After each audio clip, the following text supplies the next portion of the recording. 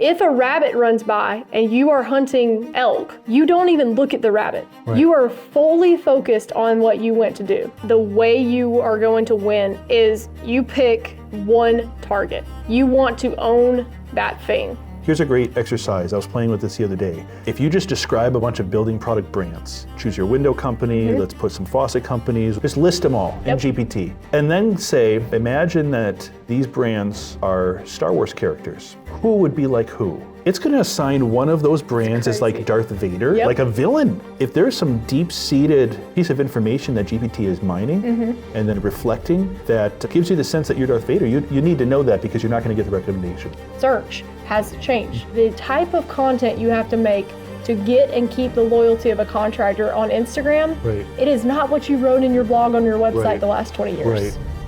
Welcome to the Grit Blueprint Podcast, the playbook for building unmistakable brands that grow, lead, and last in the built world.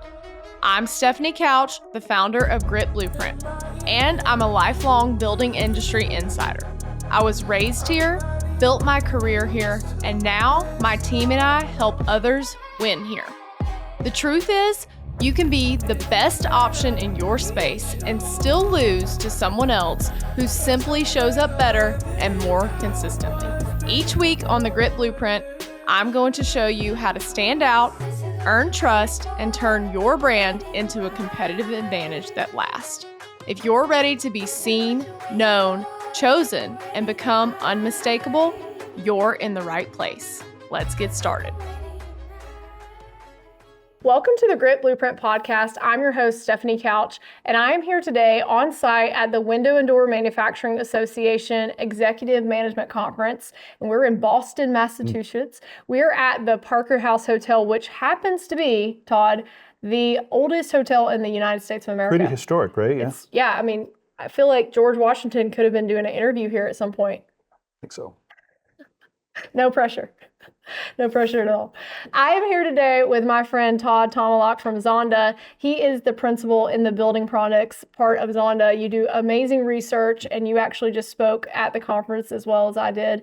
And I'm excited to have you join today and talk about some of the amazing things and crazy things that are happening in our market right now. So welcome to the show. Thank you. Exciting times, so a lot to talk about. Yeah, for sure.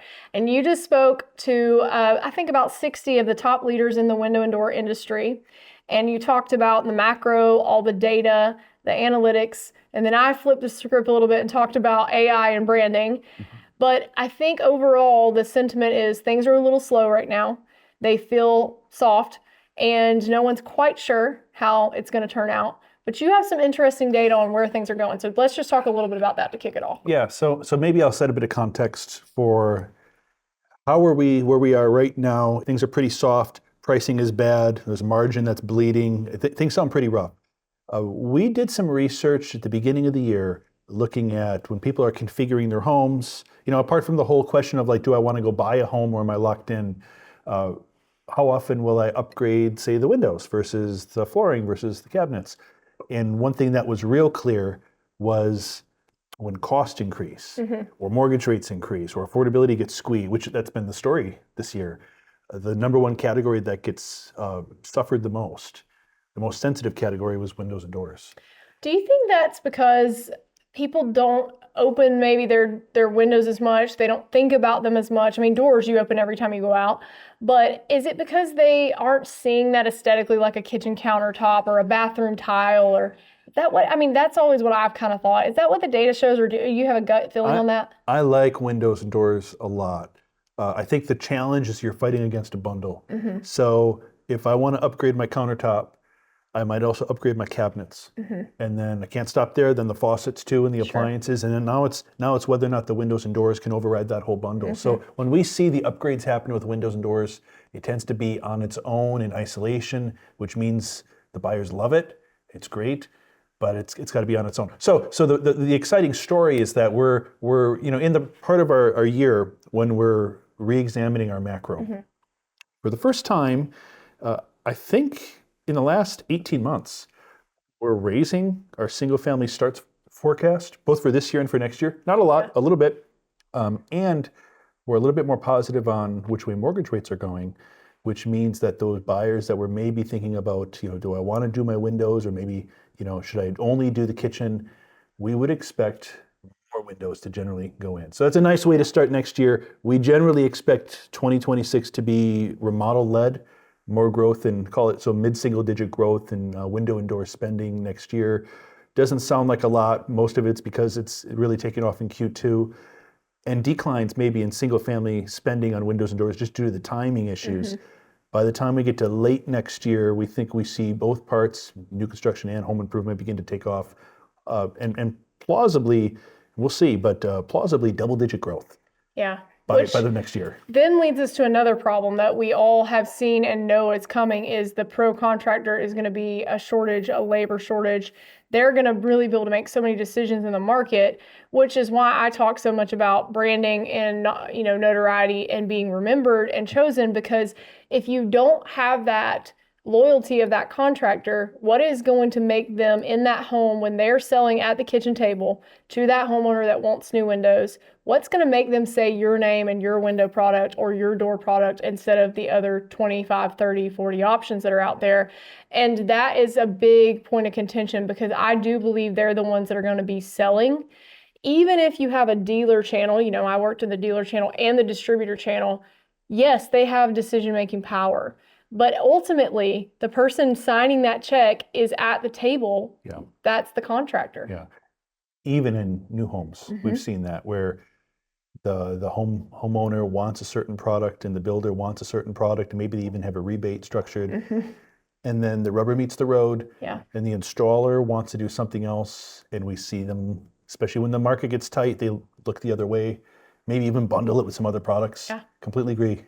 Yeah, and I think smart distributors and smart manufacturers are thinking that way and figuring out. That's the thing about the tools, the allowing people to reduce friction in the buyer's journey for those contractors and even the homeowners. What do they actually care about, and what are they really thinking about? And I don't think that's what we always think it is. Yeah. So let's pull the thread on this brand loyalty thing. You were describing to me yesterday. So you were super loyal to Ford. Ford. My whole family. Okay, so what? Let's talk about that. What happened? So my granddad had a lumber yard. We had a lot of Ford lumber trucks. So kind of was that growing up. Also, he had a Ford in the 50s, the 60s. I remember when I was growing up, he had this horribly colored, it was like tan and hunter green striped Ford F-250. It was the long bed one. It was like the ugliest truck ever, but it was beautiful because it's my grandfather's. And then my dad has still a 2001 Ford F-250 that has 250,000 miles on it, that I think he loves it more than me. I'm fairly certain. So my family has been Ford family my whole life, and I drove a Ford Mustang in high school and college, and then I got an Explorer. So I was loyal Ford person for life, and honestly never knew I would. Like a Ford evangelist almost. Yeah, it was very much a sin in my house to, even talk about driving another car. Okay, so then what happened? So I was in Dallas one day, driving to work in my Ford Explorer, and I was going over an overpass in Dallas, so way up in the air, and the engine on my twin turbo Explorer just exploded into like a million pieces inside the engine, and it just basically stopped the car. You couldn't do anything. So thankfully I was able to coast down, and by miracle, there was literally an exit at the end of the ramp that I was able to roll up and have enough power to get to a gas station and off that exit ramp. But that was pretty frightening because I didn't think I was going to it was pretty much one lane ramp in the middle of the sky in Dallas.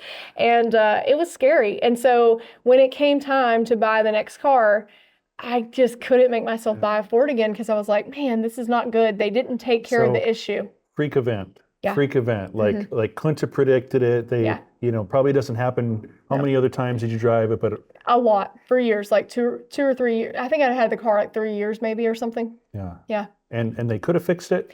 Yeah, so they could have fixed it. I think it was going to be $13,000. And the real sticky point, so that wasn't enough to make me stop out of 50 years of Ford loyalty.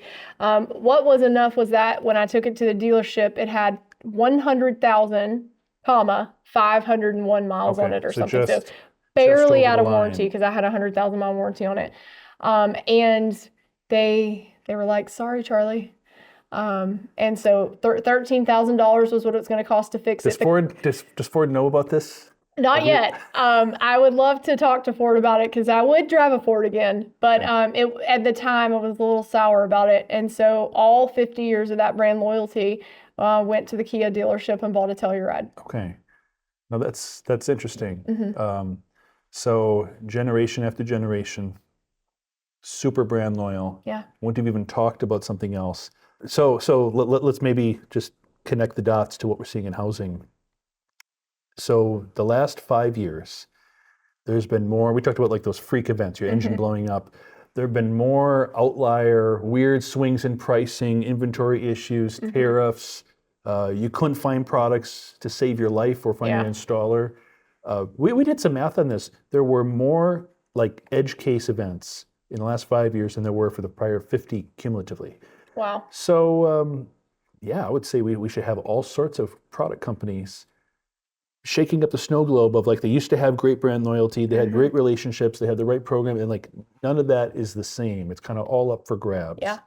That's what we're seeing now. Yeah, and then you also have the fact that most of those people that were brand loyal are 50, 60, 70-year-old contractors or, people at dealers or people at the distributors that have been working in the business. They've had their brands that are favorites. It's kind of like that song that you can always play that you always like Freebird. Like everybody loves Freebird, right? And if you don't, like, are you even a music person?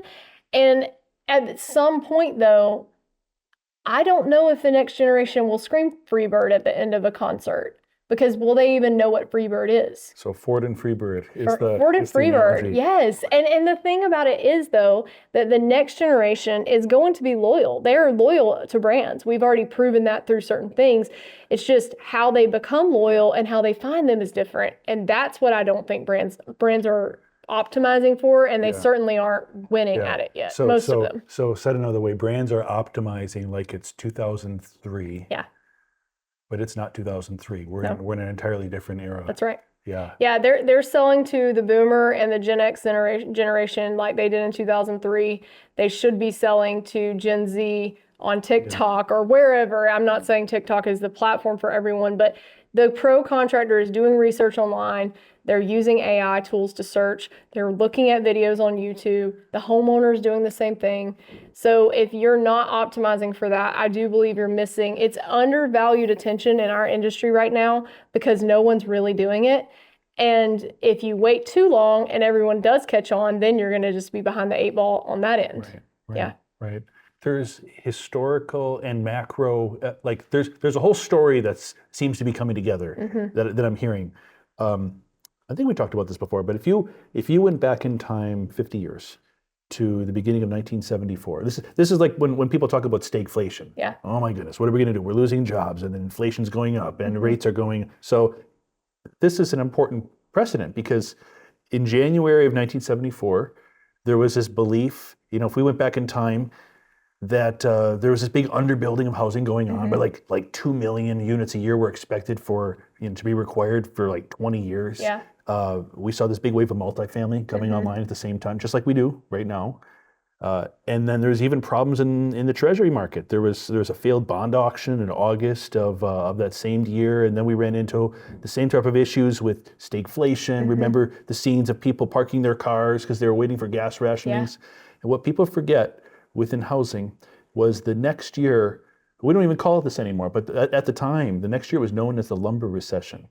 And the key characteristic of it was market share substitution, consolidation. You saw a lot of companies, especially in distribution, go under.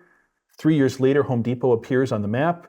10 years after that, it's off to the races. A lot of deferral happened. These bizarre outlier events are the kind of Ford Explorer engine blowing up equivalent, but in building products. So we're at the pivot point.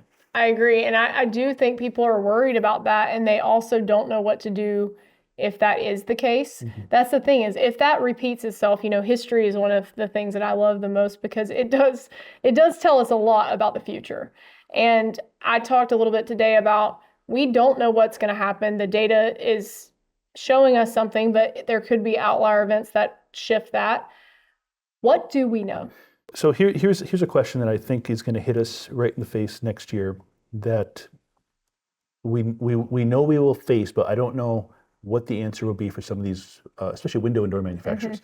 So one thing that's shifting right now is home equity extraction is just starting to increase. Typically, in a normal year, you'd see about 2 to 3% of available tappable equity pulled out in a year, and consumers would spend it about half that on home improvement. Right now, we're below 1%.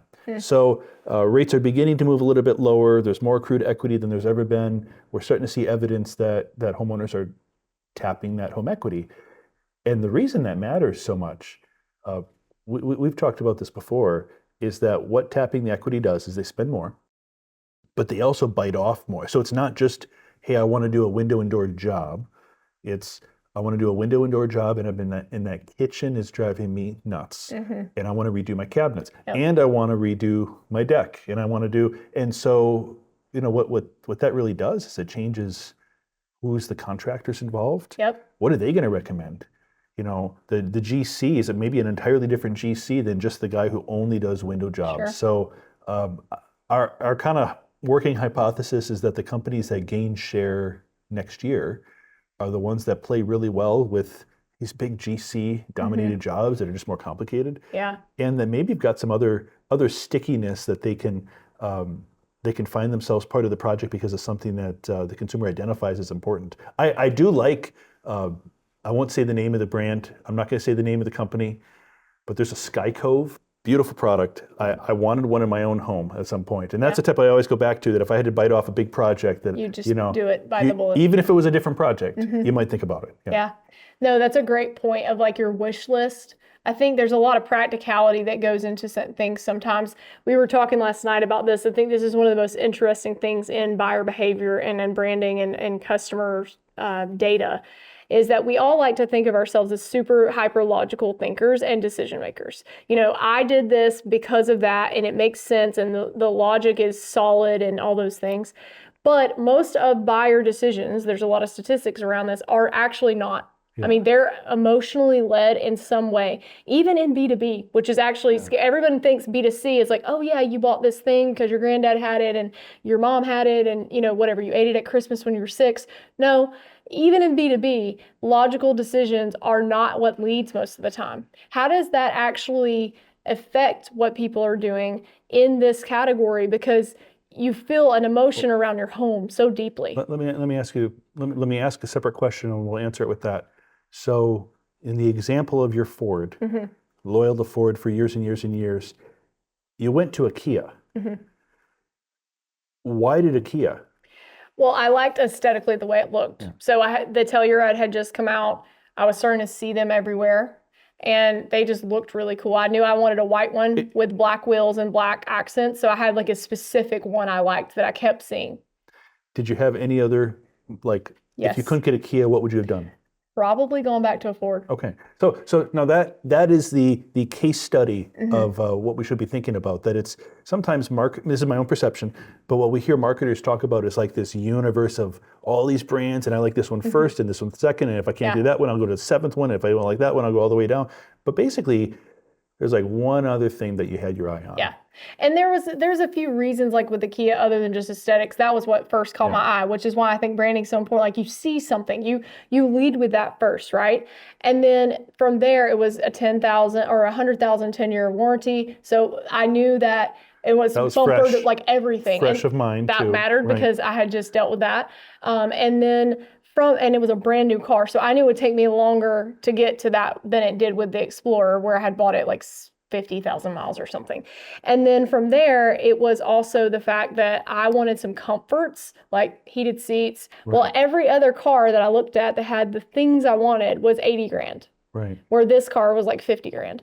And so I think that was the difference, is there would have been other things I thought about or looked at, but I just didn't want to spend that extra 30. So it was the only thing in that category that was better, a little better than what I had been driving, but not a whole lot more expensive. That's what disruption looks like. Yes. So that there's that one potential opportunity. That Kia is not a traditional competitor to Ford. No. Right? But they got in there. For the record, and I'll say this into the camera. So for the record, I drive a Ford. I drive a F-150 Lightning. For the record, I want another one. I still love Fords. We'd both like a brand deal. Yeah, please, we can work something out. Bring me back home, Ford. But I'm hoping though that what we see happen in so I think this is the story of 2026 and 2027. So the market's been bad for 3 years, really bad. It's gone from bad to worse this year. But all the ingredients are there where we see the level of demand go from kind of here to higher. And when that happens, what we don't know is who is that B player that is, if I can't get this forward, I will go to this other product. And that's what we're about to find out. Yep. So there'll be a lot of market share swaps, especially when you bundle it with other things. Yeah. That we're gonna discover. Because I don't think that applied in 2021 because no one had product, so it was literally just whoever had product or whoever could deliver it. I don't think there was a choice there. I think it was I am in the desert, and if this water is this certain brand, I don't care. It could be out of the mud hole. Which I'm in the desert. encourages laziness from a product management standpoint. It certainly does. And from distribution and dealers and all of that as well, that's why I feel like we've had such a big drought of the hard things that do make the difference, that make you that second. They didn't have to post content. They didn't have to have brands attention or visibility like they need to now because it was catching fish in a bucket. Right. And we feel like we've gotten a little bit, I feel like, fat and sassy. We remember that filet mignon that just appeared on the table, and now we see the thing we need to go hunt, and we're like, but I wish the filet would just still be on the table, already ready, and that's not today. And I don't believe that's going to come back for a long time, because even if it does, I think the pros are smart enough now to know they have the authority, and they're going to push for more from these people. The pros will have influence around so much. Pro veto, that's the phrase, that as a consumer, I think I want something, someone else thinks they want something, but the pro chooses to kind of influence us. We've seen this 10 years ago. Some of the major manufacturers, like #1 brand awareness, they've got everything right on paper, calling us and saying, what can we do? Because it looks like we're losing market share. They were because of pro veto. Yeah.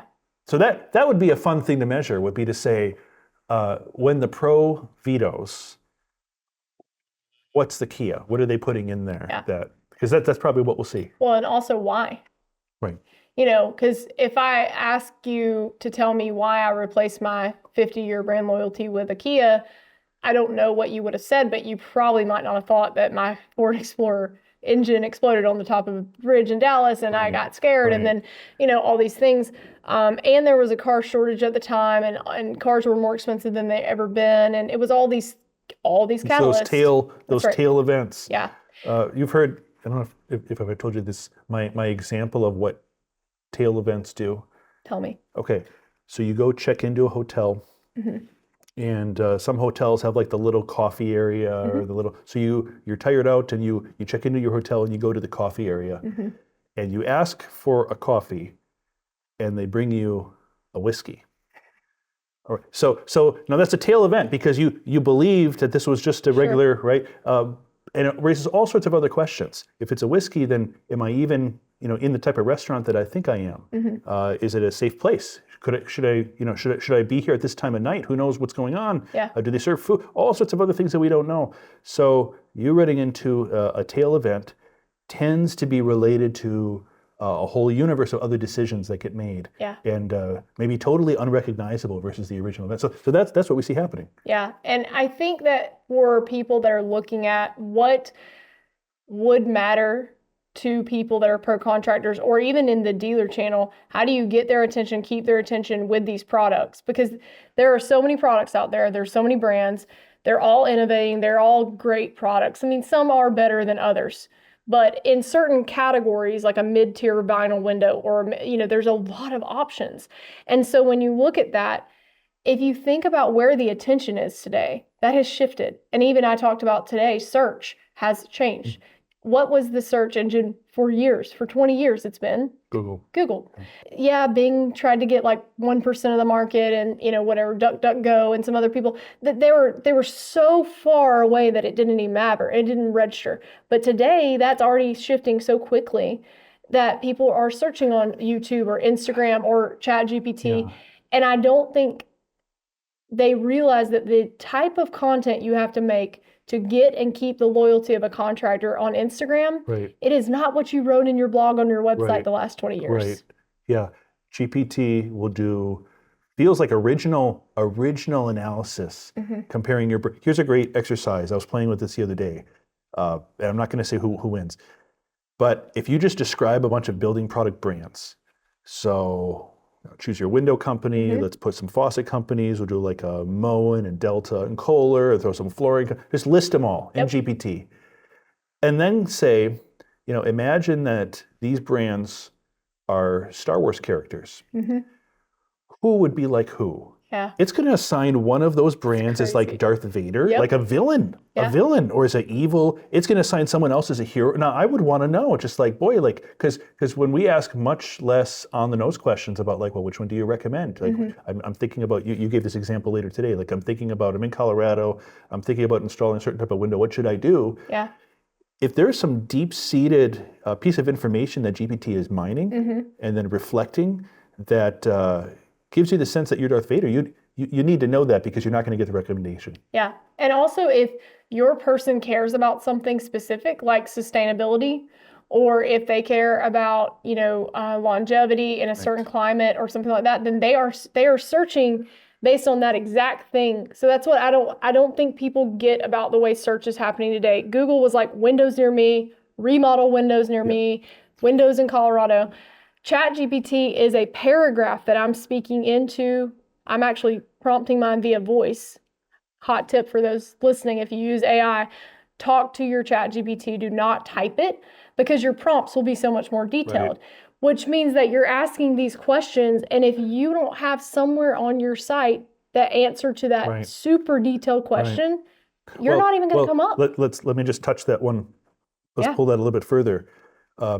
I saw an interview of Sam Altman, and he made this comment that a lot of the Gen Z, but not limited to just Gen Z, but new users of GPT, they were using it for therapy. Oh, yeah. Sharing deeply, like, think about the deeply personal things that you would never share with a third party. Put it into AI. But you're putting it into, now that person's going to share, now that engine's going to give a recommendation for something in their home. Yeah. And it's going to have such a better, we used to do like segmentation work and like these generic profiles. It's going to have such a better match. We experimented with this on a family vacation last February.